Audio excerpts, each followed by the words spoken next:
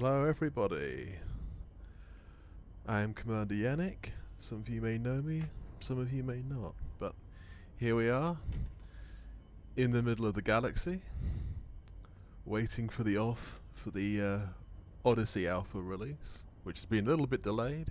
I was originally intending to stream the Alpha itself directly, but it's not yet available, so Horizons will do nicely in the meantime. Here I am somewhat to the east of the bubble. I'll bring up the map to give an indication of where I am. This is not on my main account, but on my alternate. And as you can see, we're sort of somewhat to the sort of, northeast of the bubble. Where the sort of cursor is the bubble.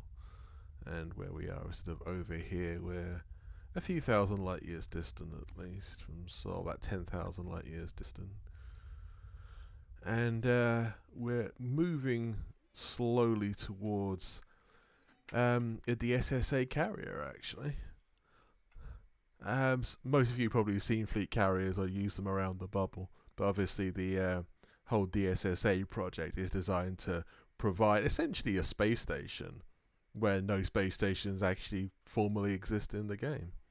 But there's obviously, like, fleet carriers are essentially just mobile space stations. And we'll be on the way towards one of those. At the moment, as I sometimes do when exploring, I've switched to economical mode and started jumping around some systems relatively near to my target. But it doesn't just say fuel, it's also like it changes the jump range to obviously a much shorter one, from usually an average of 50 light years with the ship to about 5 or 6. So you actually hit a lot more systems if you want to actually explore in detail a particular region, which I'm attempting to do at the moment. How is everyone today? Thank you for everyone who's turned up. I know this is a busy day for pretty much everybody involved with elite streaming, Frontier Developments themselves. Thank you to Frontier Developments for making this game, and also for making this new sort of era of expansions. Obviously, we'll give the lowdown on it a bit when it actually comes out. I think in about an hour's time, the downloads are supposed to begin. And then I intend to stream here right now for about an hour, maybe more, but approximately that time. Then come back again sometime later, maybe about, maybe an hour or so after the downloads begin. Hopefully we'll be able to install it, but there's no guarantee in any way, shape or form that it actually will. Because knowing these kind of launch days, these things are not necessarily predictable, and they don't always run smoothly. Even if it's just simple as something like getting server downloads to work and then connecting to the test server. But yeah, broadly speaking, I think this stream here for an hour, and then obviously in game time the downloads will begin at about 1300. If I can start streaming about 1400, that's my aim. But I will see. I will drop it in my social media. If you're not already following me on Twitter, please do. I will leave the link in the chat a little bit, and keep your eyes peeled. And I'm also on Facebook as well, so I sometimes put updates on that. But also in the about, there's a link to my Discord, and if you want to receive further updates about my stream activities, it will also be there.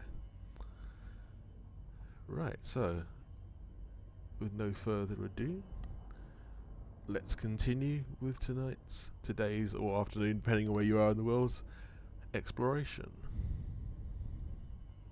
Okay, let's have a scan of the system and see what we have. Looks like on the initial scan, see the filtered spectral analysis near the bottom, where you have this sort of spectrum of different worlds. The icy body is there, where the line has just intersected it, and then on the right, you go through various. There's two look like gas giants here, and from the spectrum scanner, there also seems to be a bunch of ice bodies. I mean, it looks like a fairly sort of bog standard system. But for those who aren't familiar with this scanner, it starts on one side of the spectrum, transient signal sources, usually the sort of, ships or USSs, identify signal sources that you'd find in a system. None of those here today. Concentrated signal sources, similar, but obviously slightly stronger. All the way through to different planets and bodies. There will be sort of asteroid clusters here, and this you already see that there's this little white circle here that indicates we have already scanned, or the system's automatic scanners have scanned the asteroid clusters. Moving further to the spectrum, you have the rich metal bodies, and then through high metal content worlds and rocky bodies, through ice, Earth-like worlds and water worlds, ammonia worlds, gas giants. A lot of gas giants, basically. There's a lot of different types of gas giants, but let's start with the biggest things in the system first and work to the smallest ones. That often seems to be the best way to work. I think everyone has their own method of doing this, but this is just my own. Let's zoom in and let the scanners do their work. Yep, beige giants.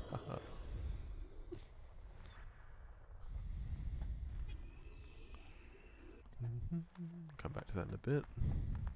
Trying to find the other gas giant in the system.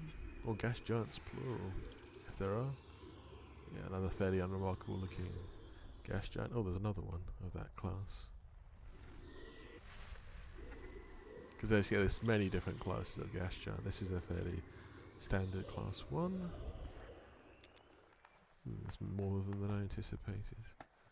Sometimes you do get this. There's like a preponderance of certain classes of gas giants or other bodies in the system, depending on like the star and its formation. The reason I often start with these larger bodies is that the smaller ones, rocky bodies, ice worlds, etc., tend to be in orbit of them. Earth-likes and water worlds sometimes are, but they're more commonly not. They tend to be sort of in orbit of the star proper. There are exceptions, of course. A lot of these smaller bodies are not really worth sort of lingering on because they sort of are not uniform, but they're all very similar to each other. Anything that looks remarkable I will always tend to look closely at, and maybe actually click on a target and then fly to it within system, because this is all done remotely within the system.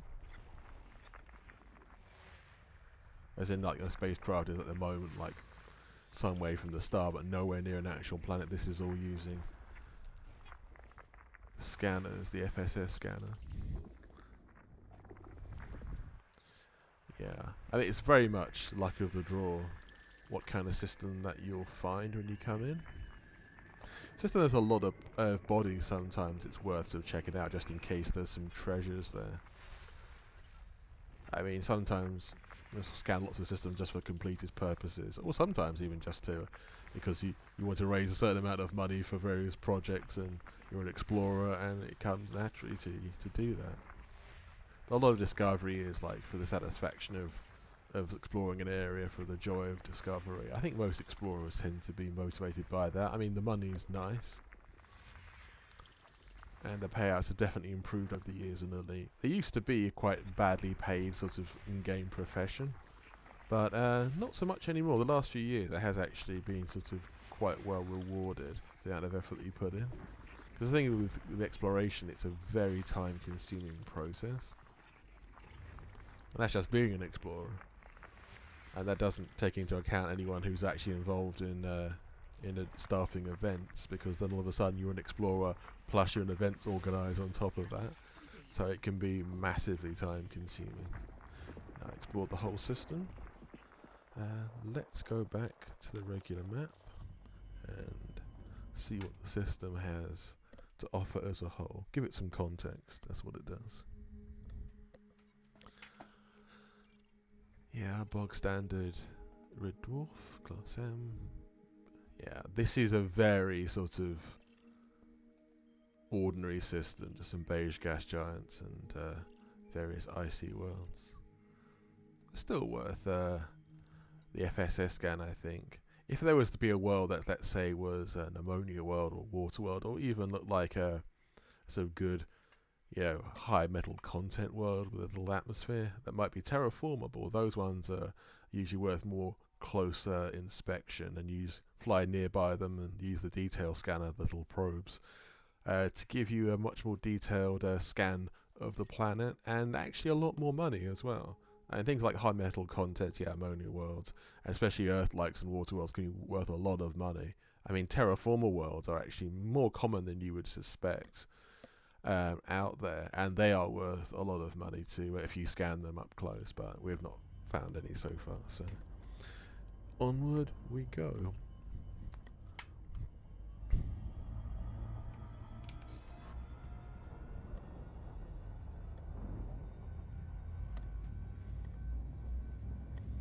If anyone's alive out there, say hi in the chat. I know not everyone will be tuned in for content related to Odyssey, but it's not ready yet, so hence the pre-Odyssey launch fund. Yeah, I think all the other streamers live at the moment are in the same predicament, as they're either going to be talking about the Odyssey launch, or they're going to be playing the game and talking about the Odyssey launch, or things related to it. I think I'll just continue my usual sort of elite streaming for now, and I will mention obviously the Odyssey Alpha from time to time, especially as we get closer to the time that I'll probably stop the stream and then start a new one about an hour or so afterwards, all depending, as you say. So watch this space very much if you wish to become involved and see this new alpha. As you say, no one knows what's really going to happen, what state it'll be in. I think only the devs at Frontier really have an idea, have a concrete idea of what's actually going to happen, but even then that doesn't mean that they know fully what will unfold, because as often the best laid plans of mice and men can fall apart. So yeah, as is the way with just software development generally. You think you've got everything sorted, everything is completely in order, and then something happens that you didn't expect. Because obviously you have all these players downloading it and then trying to test the software. Hence, that's what we're doing really, the alpha tests. I think it's a very smart move by Frontier to get the player base involved in testing. It used to be a regular thing for much of the game's history. Then it disappeared for a while, and Frontier went to a policy of not really engaging with tests with the player base, which I think disappointed a lot of people, because it was a good part of interaction between the company and the player base, as the player base felt more involved, and also the company benefited from the extra feedback. I know it took quite a lot of manpower probably to sort through said feedback, but it's probably better, as always, to have too much data to pick through than too little in pretty much anything in life, really. Because then at least you can sort of analyze it and as you wish. Okay, I think maybe this might be worth an FSS scan. Yeah, it looks like there's a lot more activity in this system, so I'll definitely give it a good scan. But yeah, as I say, yeah, it's always better to have more data to go on than not, because then if you don't have enough, obviously you're more likely to be making guesses, and that's not, or educated guesses, and it's better to sort of know things from a solid basis like that, even if it does take you slightly longer to sort through. As a lot of people know, there are quite a few people who play Elite who actually are involved with software development in their professional lives. So there's a lot of knowledge out there. There's a lot of very constructive feedback and criticism that can be given, or even people who aren't professional devs, people who've like worked in the games industry, or people who are just, you know, lifelong gamers who have a lot of knowledge and have like picked up a lot of the sort of technical terminology or knowledge about how games and software exists, how it's developed, and can give like more constructive feedback. I view it a bit like as a test pilot in a way, but I sometimes like to think of it that way in the game, because what do test pilots do? They test an aircraft to make sure that it works and test it to its limits on purpose through a particular test program. I know this is obviously describing the professional testers than anything else, rather than us sort of amateur testers who are sort of roped in for it. But you know, you can still get some gifted amateurs bringing you very useful feedback.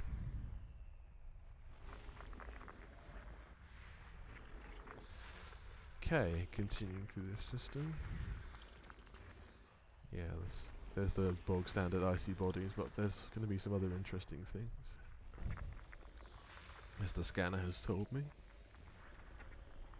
I think this is one of the better inventions within Elite as well in the last sort of few rounds of updates. Has been the FSS scanner, because it's added sort of new dimensions to scanning and analysis of a system. Sort of stronger visualization as well of what the system looks like. Its myriads of details.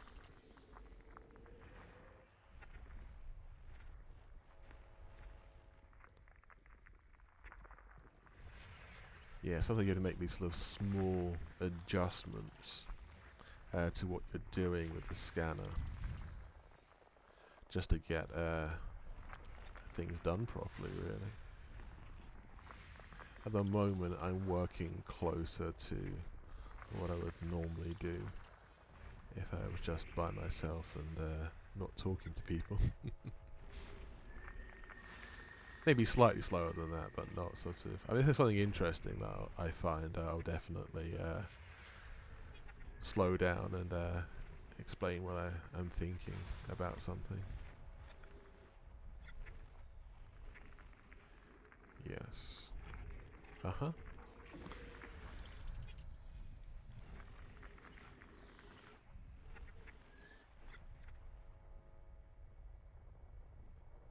Yeah, actually, let's move on to the high metal content world. They're just a bit more interesting. Here we are, high metal content world with an atmosphere. Percent nitrogen in this case. The 300 atmosphere is pretty heavy, really. Not massively high gravity, but interesting nonetheless. Anything with atmosphere is always more interesting than something without, really, isn't it? I mean, there are exceptions, like, you know, there are bodies sometimes with like amazing views or canyons or whatever that are completely airless, but yeah, there are great things to be found in so many places. Oh, that's interesting. I like the look of that one.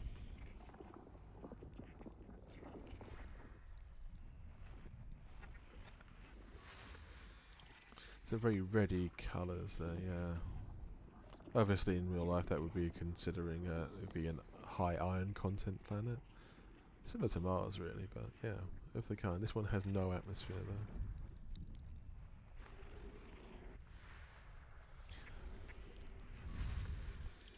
Another HMC. Looks quite good. Yeah, there's a variety of looks HMC. This, we'll say, in going on to sort of real life composition, you would have thought this would be sort of more sort of maybe, as I say, sulfurous. But having said that, the atmosphere is sulfur dioxide, so therefore the planet being made of sulfur or partly sulfur would not be a surprise. Like Io is in reality the moon of Jupiter, which apparently is made of almost completely sulfur. It's a very volcanic place, unsurprisingly, but there you have it.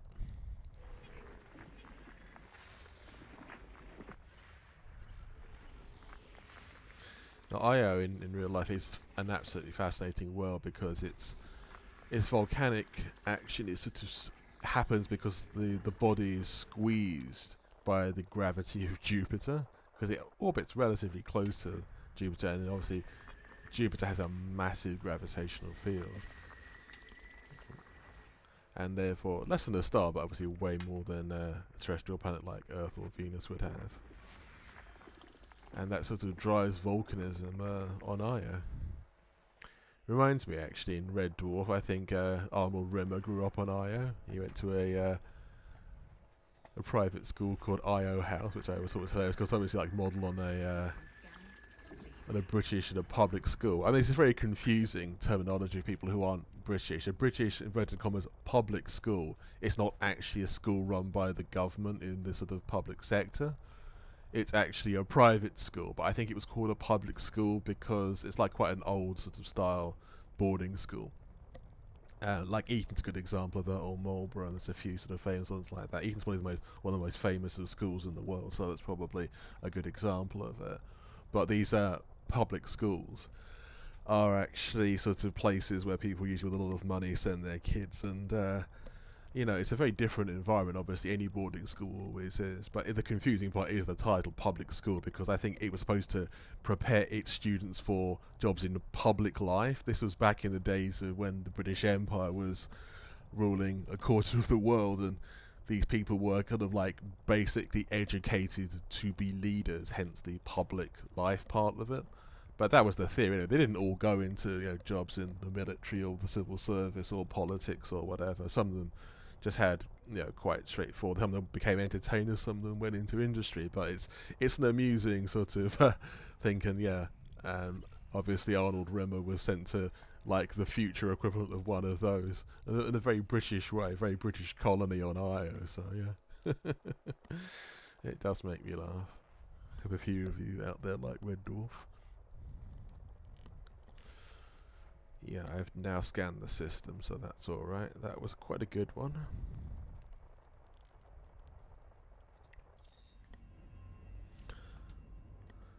I don't always check the system view in this way, but just to... Sometimes I do if I wanted to know the details sort of in context of the system. Especially when we're looking at sort of terraformable bodies. These are interesting because these are tightly locked. Now, specifically because I say I do a lot of events work and have organised quite a few expeditions, these sort of tightly locked planets are very useful for picking meetups on because they are locked to the star. The same fate is always facing the star. In theory, if you pick a site on those, if you come back, let's say 2 months later, it should actually be the same, or at least still facing daylight. It doesn't always work that way because of the axial tilt of the planet and its rotation, etc. But most times it does tend to be, as you left it. But yeah, they're good places to be. And this one would actually be quite a good sort of potential sort of meet-up spot. The gravity isn't too high. It's actually it's not. It's kind of middling gravity really at 1G, isn't it? So it's not the highest, but it's not low either. But yeah, having a lot of geological sites is something that's useful. So it's these bigger ones here. That's quite high G relatively, nearly 2G. Just checking if that one actually has any terraformable characteristics, but it doesn't. So yeah, this one again also tidally locked. Sorry, I was looking at the wrong column. The gravity is nearly 1.5G, 1.45, but I was looking at the Earth masses column for a second. Pardon me. Continuing, this one, silicate magma, the geological features again.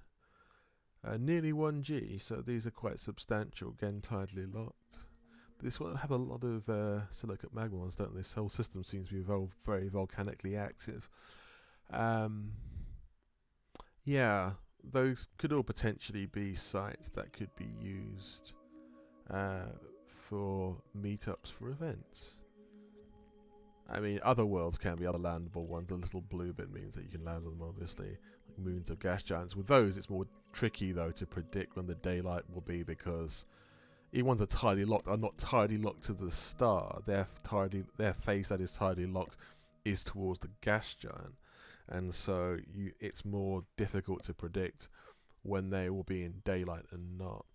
But they can be sort of wonderfully spectacular places. I mean, it so depends. That's why you often have to visit all these different bodies in the system to discover what's going on, really. So yeah, these are at present not landable, but again, something that Odyssey may well change. I suspect these are the kind of planets that are going to be unlocked very soon.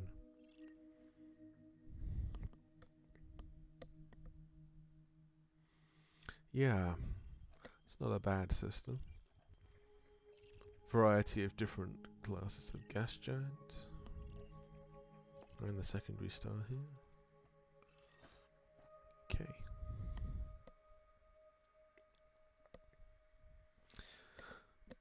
Should crack on.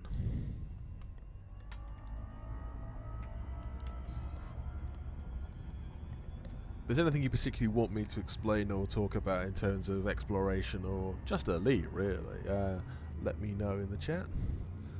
I'd be happy to explain. Obviously, I don't claim to be an expert on every single possible area of the game, though I'd love to be. It's such an extensive thing that most people are not specialising in sort of one area, be that sort of PvP combat or exploration or mining or whatever the case may be, or trading, because it's such a sort of very wide and expansive game. It's very easy to be a jack of all trades but the master of none. But I'm specialised as an explorer, though I have done most other things at some point. I think, is there anything I haven't done? I don't think so. I don't think I've done a solo kill of a Thargoid, but I've not actually got too deep into all the AX anti-Xeno stuff. Maybe for another time, but yeah.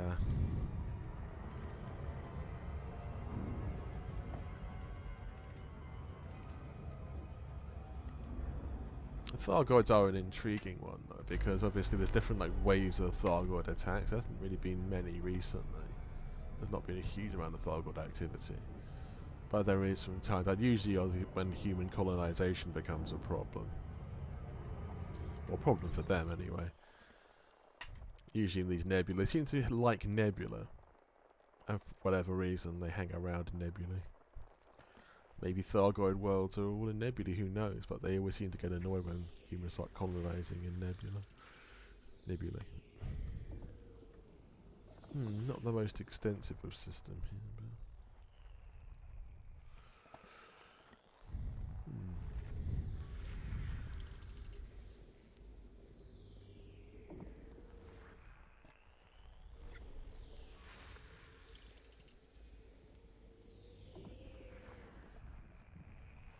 good. Continuing high metal content worlds.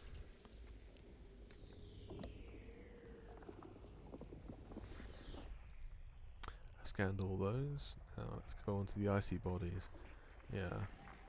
It's a better system than all icy bodies, definitely, but HMCs at least are interesting, high metal content worlds.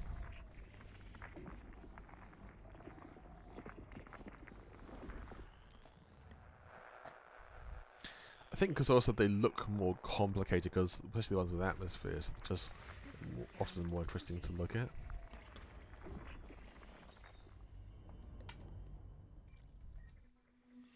Again, it's like no gas giants in this one, but a fairly sort of straightforward system. Yeah, small atmosphere, yeah.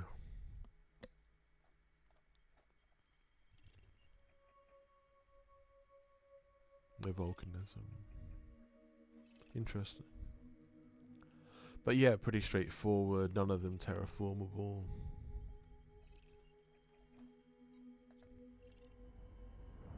I wonder what mining will be like on some of these thin atmosphere worlds, if it will be any different. Or expect some things will probably not change very much with a thin atmospheric planet compared to airless worlds right now. And maybe the SRV will handle slightly differently. It's a good question actually, how the atmosphere will affect the SRV's performance, because the atmosphere is not that thick, it shouldn't change very much, but maybe it will have an effect. You probably can't fly as far on a HMC with a thin atmosphere. That's like say 1G compared to a 1G airless world.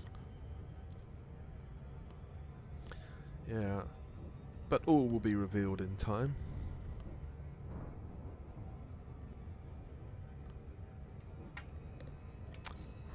And hello to you out there if you just joined us. to the day of maximum excitement. Well, I'm hoping it'll be maximum excitement anyway. We won't actually know until the whole thing drops.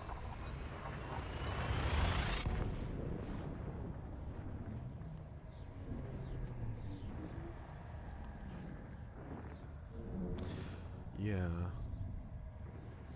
Just checking out various things on other people's sort of Twitches and see what's going on there. As in, like, the titles of other people's streams to see how many other people are sort of streaming this at the moment. I wouldn't usually do this in the middle of the stream just because it's an unusual day. It's just seeing how many other people are streaming Elite Dangerous content at this time, and I'm going to assume, almost without exception, that they are going to be doing a similar thing, waiting for the download window to start.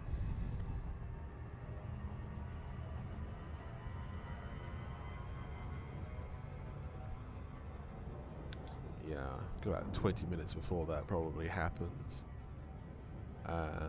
I will see at that point what's going on, because it wouldn't be the first time on an update day that things were delayed even further. And there's already been a formal delay, but you know, these things often go on longer than anticipated. It would not be the first time. I doubt if it will be the last. Still, we are here. Best make the most of the opportunity we have.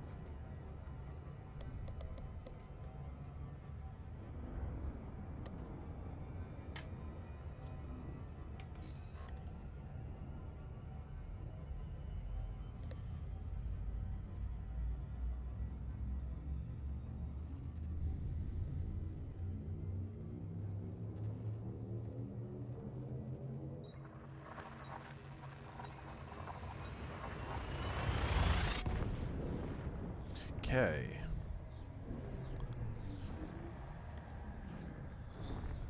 Yeah, I think there's about 100 jumps between me and my destination and DSSA carrier, sorry.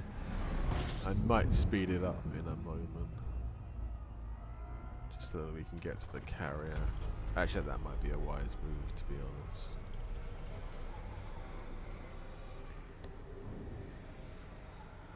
Just say I can get to the carrier. When I'm often talking on across Discords or in a sort of public forum, it's frequently on expeditions, and I'm talking about we as in myself and the expedition staff, so I just often fall into talking about we as a group rather than myself personally, but at the moment it is actually myself personally, so apologies for that. Okay, I think I'm going to replot and speed up towards the carrier. Eco mode is very useful, but it has a limitation of only, say, 1,000 light years. But in exploration, yeah, it definitely has its uses. Obviously, the faster route one is 20,000 light years, the plot limit. But yes, let's just continue onward. I suppose the us onward isn't like you and me, dear listener, dear viewer. Whole streaming format is always quite an intriguing one because it is the modern sort of internet broadcast, but obviously we're sort of covering a game. It's a very different I and we relationship, as an I, the streamer, and you, the audience, but there is still a we, a community of people, of gamers, of elite people. I mean, I often talk about almost alternating between Elite and saying it's a simulation, a game, because obviously, yeah, in a way, most like non-industrial simulators are games in their own way, but they're also simulations. I mean, Elite's probably more simulation than game in terms of its core. It is a one-to-one scale representation of the Milky Way, and that is the simulation part. There are sort of gamified parts, but a lot of it is gamified, that is true, on top of it. But when I describe someone who doesn't know about it, I describe it as being more of a simulation, because it kind of is, really. It's like a space simulation of a galaxy, or the galaxy, our galaxy, married up to effectively a flight sim, really, because that's the way it handles, that's the way it is. I mean, yeah, outside of Super Cruise, you can thrust around like it is a spacecraft, like kind of conventional spacecraft. But in Super Cruise, or Witchbase, etc., Witchbase obviously you're just going straight, but in Super Cruise especially, it does act very much like an aircraft. I know there's a fair few people who are in the elite community who have flight sim backgrounds as well, so that makes a lot of sense.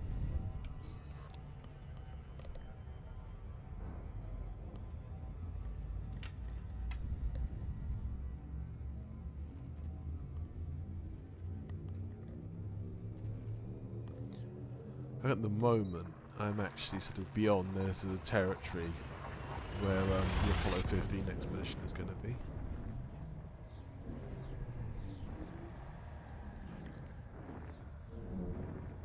But I think at the moment this is the nearest deployed DSSA carrier to the sort of final legs of the journey for Apollo 15. Hence I've used it whatever little scouting I've done so far. Usually for an expedition I would have done a lot more scouting at this point, but because of Odyssey dropping when it does, and obviously that adds a layer of complication to the game, because obviously all these different worlds are going to be regenerated, so there's no point in me doing a planetary survey and looking for landing sites, meet-up places, on a place that will literally be different in the very near future. It would be completely futile to do that, so all the scouting for the expedition has been put on hold for now.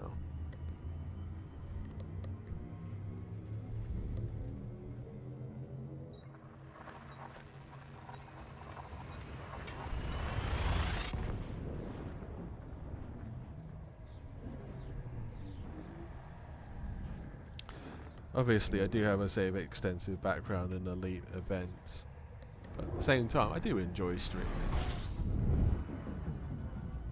It's one of those things, doing streaming, I think those of you who've done it before, it's something that if you didn't enjoy it, it wouldn't really be much point in doing it.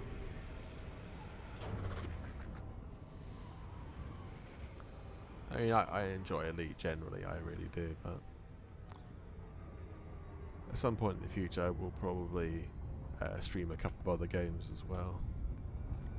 Got my eye on a few things, but I'll let you know as soon as those plans are a bit more settled. But for now, and I think for much of this week, it's going to be obviously focused upon Elite and the Odyssey Alpha.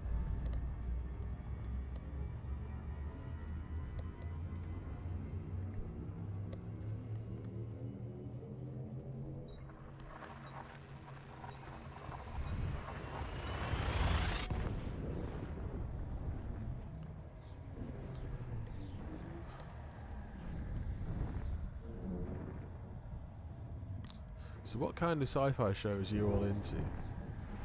I know, considering the elite audience, there's a hard chance like 90% of people who are actually into sci-fi and fantasy of some kind. Some people aren't, but there's not as many. Everyone's welcome no matter what.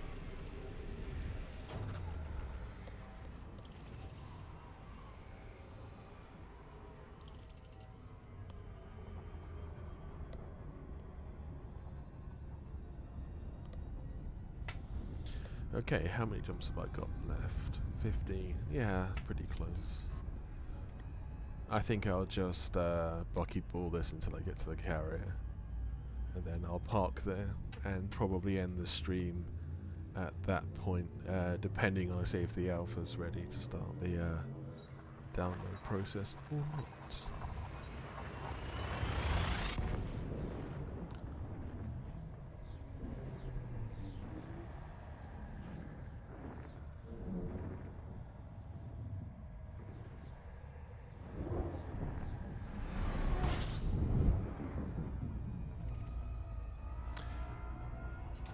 This refueling over stars, as I kind of habitually do, is more necessary in exploration than anywhere else, because obviously you aren't near any systems, you know, you are not so close to the nearest fuel rat either if anything goes wrong. I mean, the fuel rat will still come and rescue you no matter where you are in the galaxy. If a ship can get there, a fuel rat can get there. And the fuel rats are experts at doing this. They're a great bunch of people. I know many of them. Shout out fuel rats.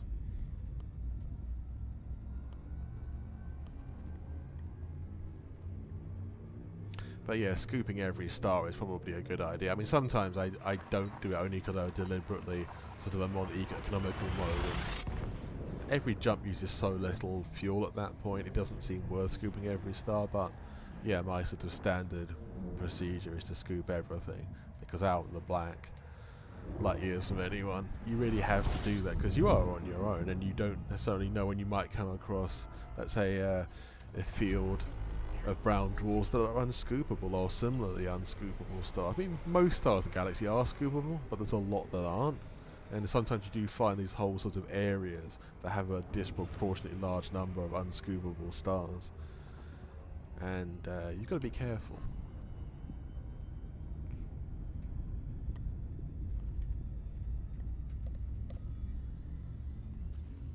"13 jumps.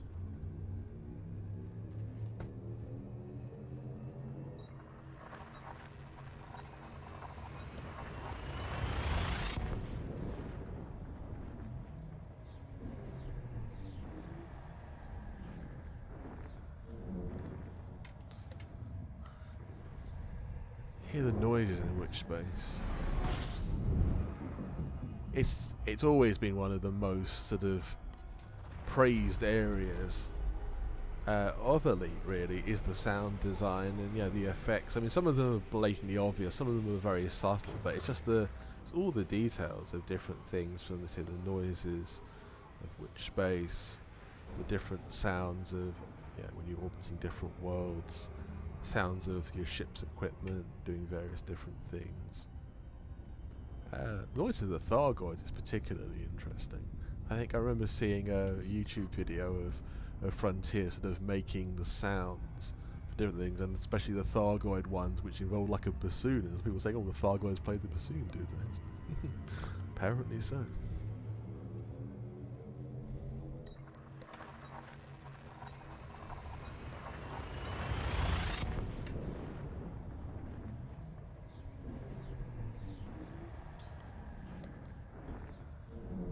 Yeah, I've got about 10, 12 minutes to go. I say I'm not doing this to an absolute schedule at the moment.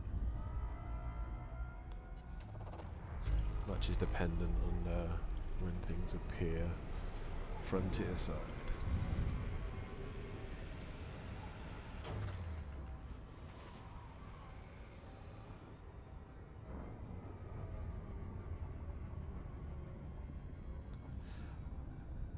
And they're quite a big download for this by the looks of it, but that's not really surprising considering it is, in essence, kind of a new game, really.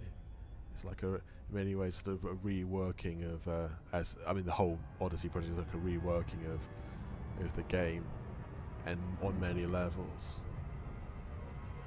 But obviously this initial test is only one aspect of that. The space legs aspect of it, or so-called space legs.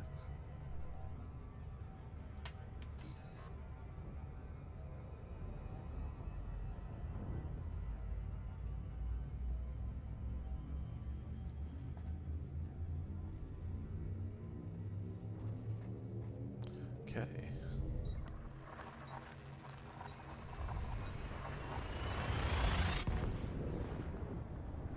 It's a pretty happy day, though, I think, for most people involved with Elite. I think a lot of people are off at work, at least here in sort of Europe in these hours, sort of wishing that they could be doing what I'm doing now.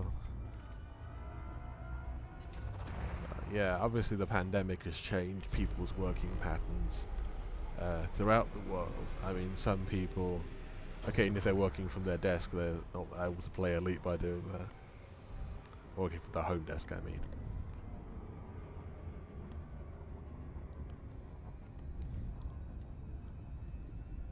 A shout out to any of you who are sneakily watching this stream or other streams It's fair enough, I can't blame you, just don't get caught.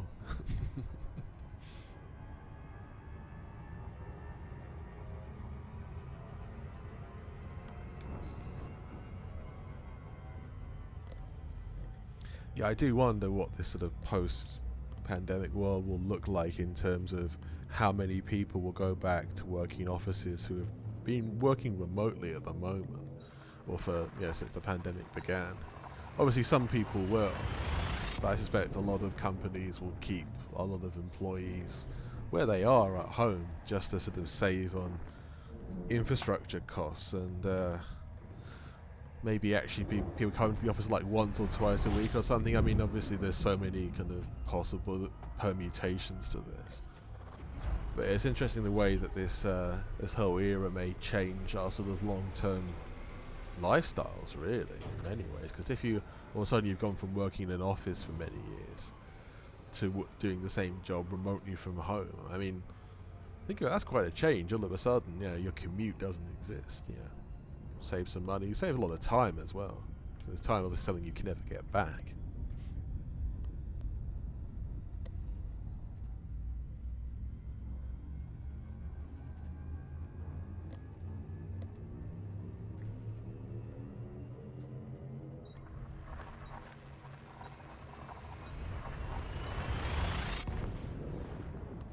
Never actually worked in the games development industry, but from what I hear, it can be very rewarding, although often a very stressful sort of job as well.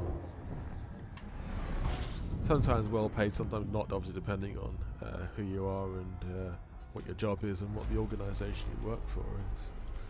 I have a few friends who've worked in the industry, so I'm not unaware. A few friends as well who are sort of software developers also, but not games devs.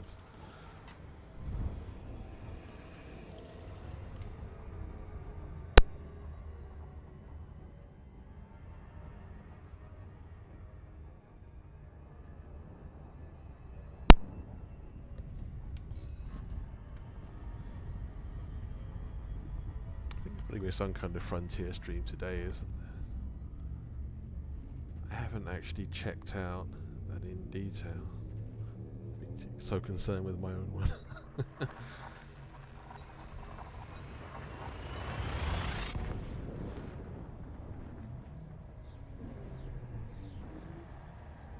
Still, a race towards the carrier. But yeah, shout out to DSSA as well. It's something I am involved in. I mean, actually, this account, my alternate Gamma Ray, even though spelled Gamma Ray, it's like a joke name. Gamma Ray, get it? Yeah, this account is the one that actually holds the DSSA carrier in the sort of far northeast corner of the galaxy, the Shepherd's Dream carrier, at the stellar POI called Brothers and Sisters of the Void, which is like a nice collection of stars. In that far sort of northwest corner of the galaxy. I think as we're going towards the northeast today, but it's northeast direction from the bubble. It's all relative, isn't it, though? In space there is really no direction other than relative to where you are. But obviously we try to use like the galactic north, south, east, west to give some frame of reference to where we are and just sort of a point of reference to say that something is in such a place relative to the bubble, the home of humanity in the bubble.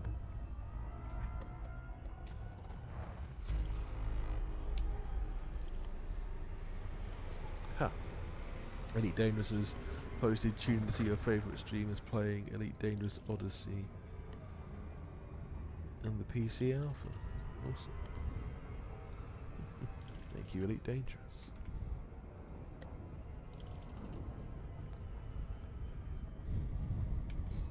Can't be far now. Yeah, 6 jumps.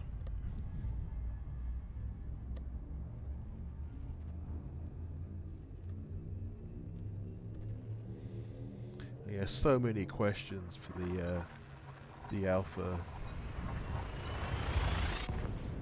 some people have questioned this. Is this technically actually an alpha? So it's more like a beta test, but yeah. It's a test. It's a pre-release test, one way or the other, whether you want to call it an alpha or a beta.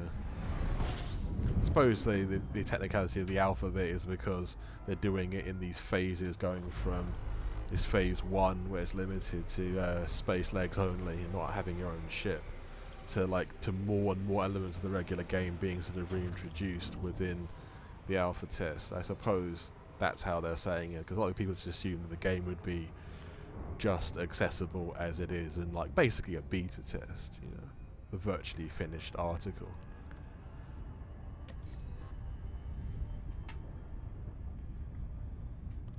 But here we are, the day has arrived.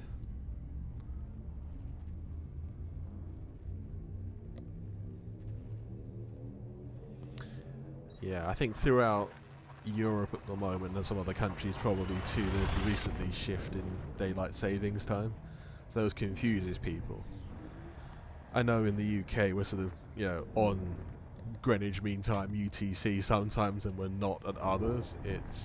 I mean, I think a lot of people around the world have said, I've seen in Europe and North America definitely people mentioning that, you know, what's the point of daylight savings time? And once upon a time I think it was probably a good idea. These days, is it really necessary? Probably not. I think the European Union, that I recall, has been debating whether to get rid of it. I think it's maybe the European Parliament in the last few years. So, yeah, it would be easier throughout this sort of weird, like, yearly transitional period to go like daylight savings time, because, you know, it just confuses people. Until sort of Sunday, I was on UTC, so my time was in game time, but now it's like an hour different. So I know for some people, obviously in different time zones, it's radically different again, but yeah, it's just the shifting. I don't know where you are. Daylight savings time, the shift an hour forward or backward is just, yeah, it seems too much these days.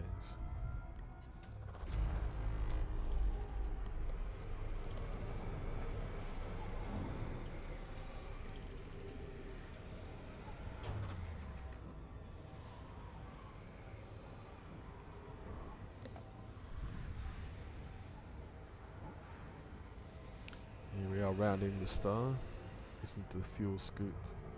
It's full up, but the temperature to drop so that I can jump without damaging the drive. As a rule of thumb, it's always best to engage the drive probably lower than 60% heat. Ideally probably at lower than 56%, depending on your drive of course and how much heat it generates. I tend to let it drop at least into the sort of lower than the mid-50s before I actually engage the drive.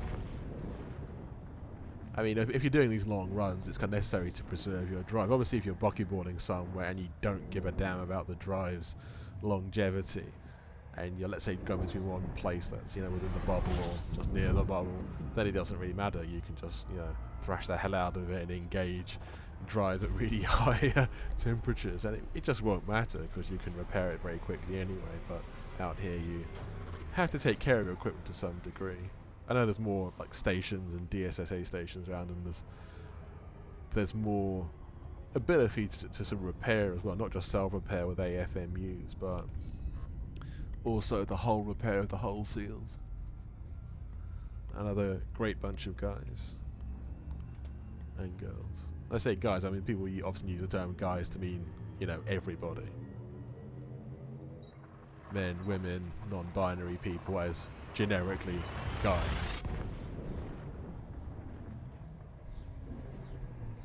When I say guys, that's what I usually mean. I don't mean men, I mean like all people.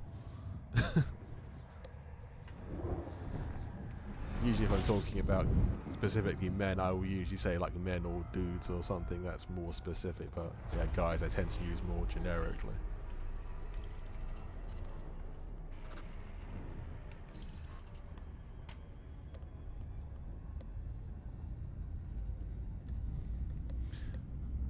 Obviously space is for everybody, either male, female, non-binary, even Thargoid, you know.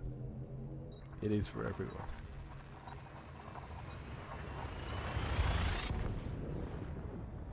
But that's always one of the wonderful things about science fiction, is that it seems to be, on average, way more open-minded, than like most other sort of, not just elements of fiction, but the community that sort of follows it as well. So I've found sort of sci-fi and fantasy fans to be sort of more open and accepting, on average, than most people. Here we are, DSSA Ironside. For this one, I'm going to be lazy and engage Super Cruise Assist.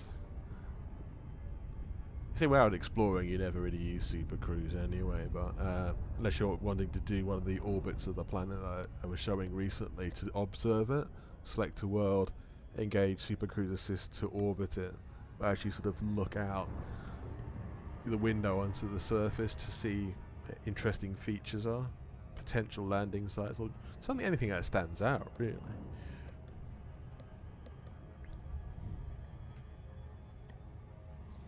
But here we are, DSSA Ironside, the theoretically mobile station. In reality, though, once you sign your carrier up to the DSSA, it's supposed to be parked in its spot forever. That's part of the commitment you make when you join. Like they say, the fleet carrier attached to this account, I will likely never see again, actually, unless I travel up to that corner of the galaxy with this account. Obviously, I can do any sort of admin for it remotely. Actually, I'll show that in a second on the panel, just because it's of interest. And a lot of people own fleet carriers, but not everybody does, so I thought it might be interesting just to see that. It's not a cheap business. It only costs me 25 million a week to maintain it. But the best way of earning money for that is in being in near bubble space, mostly mining and sometimes doing exploration, like these kind of runs here.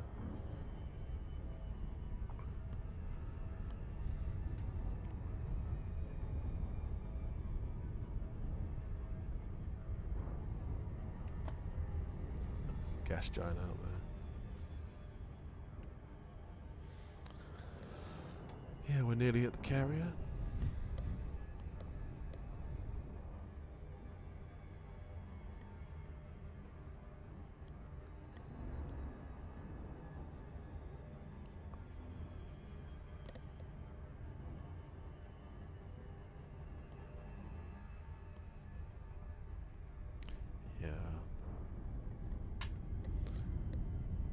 That's not a bad looking planet over there. It's at least got a lot of different sort of raised areas. It's nicely multicoloured as well. As multicoloured as what these worlds get anyway. Haha. So here we are.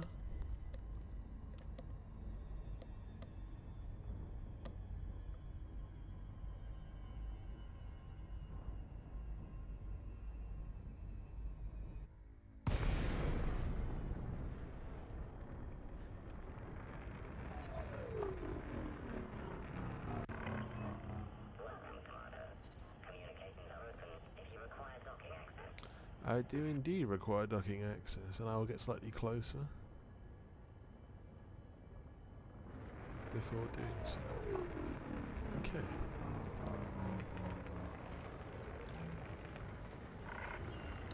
Docking request accepted. Proceed to your designated path, Commander. Yes, the carrier is owned by Commander Eisen. Fairly well-known explorer, Commander Eisen. I do know him. Only by acquaintance, though.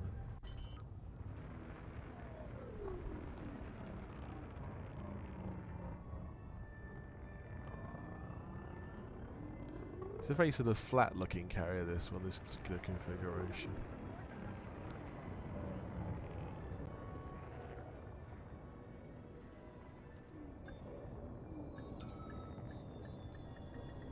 Nice.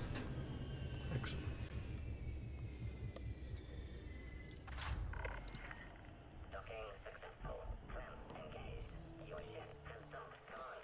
Okay. I'm going to sell my data in the universal cartographics. Excuse me, I can barely speak today, it seems. Right, here we go. Yeah, selling UC data is pretty bog standard part of being an explorer. And it's nice to get first discoveries as well. It's not just the money obviously coming in, but it's getting your name on various bodies. Does have a satisfaction, especially if it's a very interesting body. You discovered something unusual, even unique. See, yeah, various bonuses for different bodies scanned.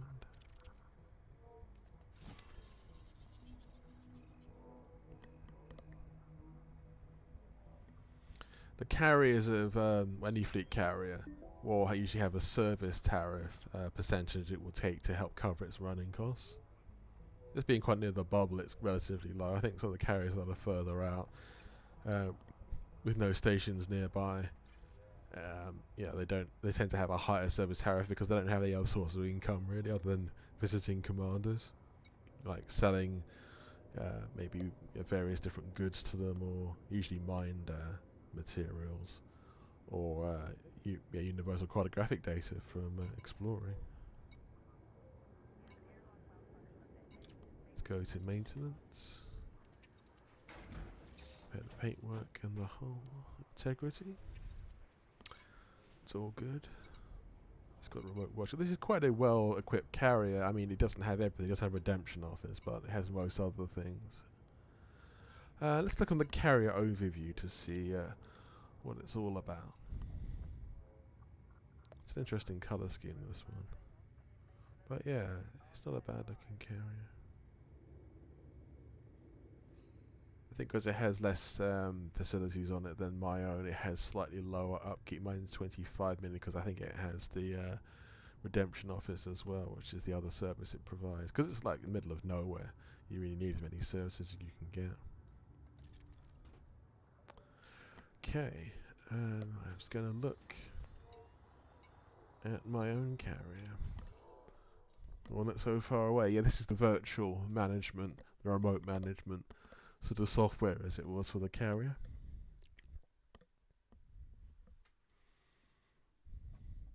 See, Shepherd's Dream DSSA. Yeah, 24 million a week. It's largely empty of anything. I think it mostly acts as a sort of universal cartographic selling place, and also a refueling platform as well. Not that you really need that much refueling. Most people tend to scoop their own.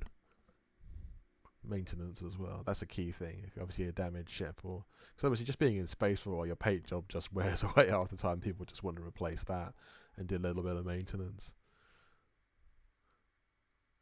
So yeah, I've got a balance for quite a long time, thankfully. I deliberately left a lot of balance out there so it could maintain itself for a very long period.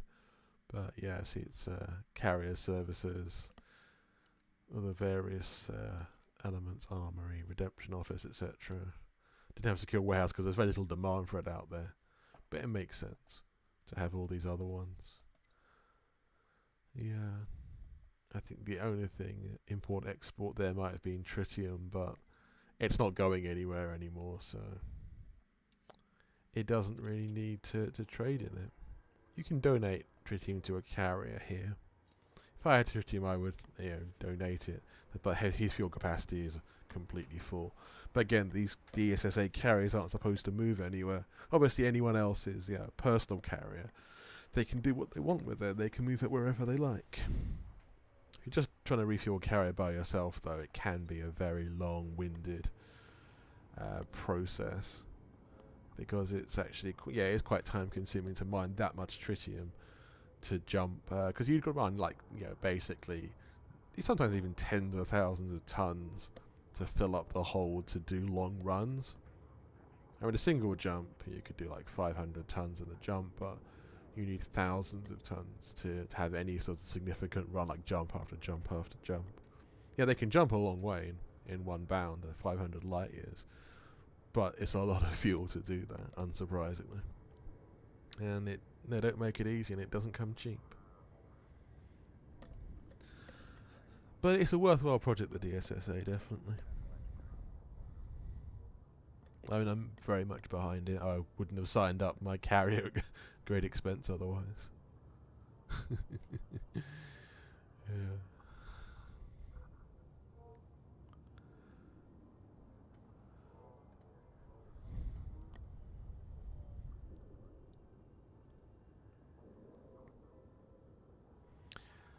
Yes, that's a good point. I will probably bring the stream to an end in the next few minutes because I'm now docked with the carrier here. And I suspect the download will be available very shortly and we can get on with what we want. Okay. Well, thank you for everyone who has watched the stream, and I will hopefully see you in the near future.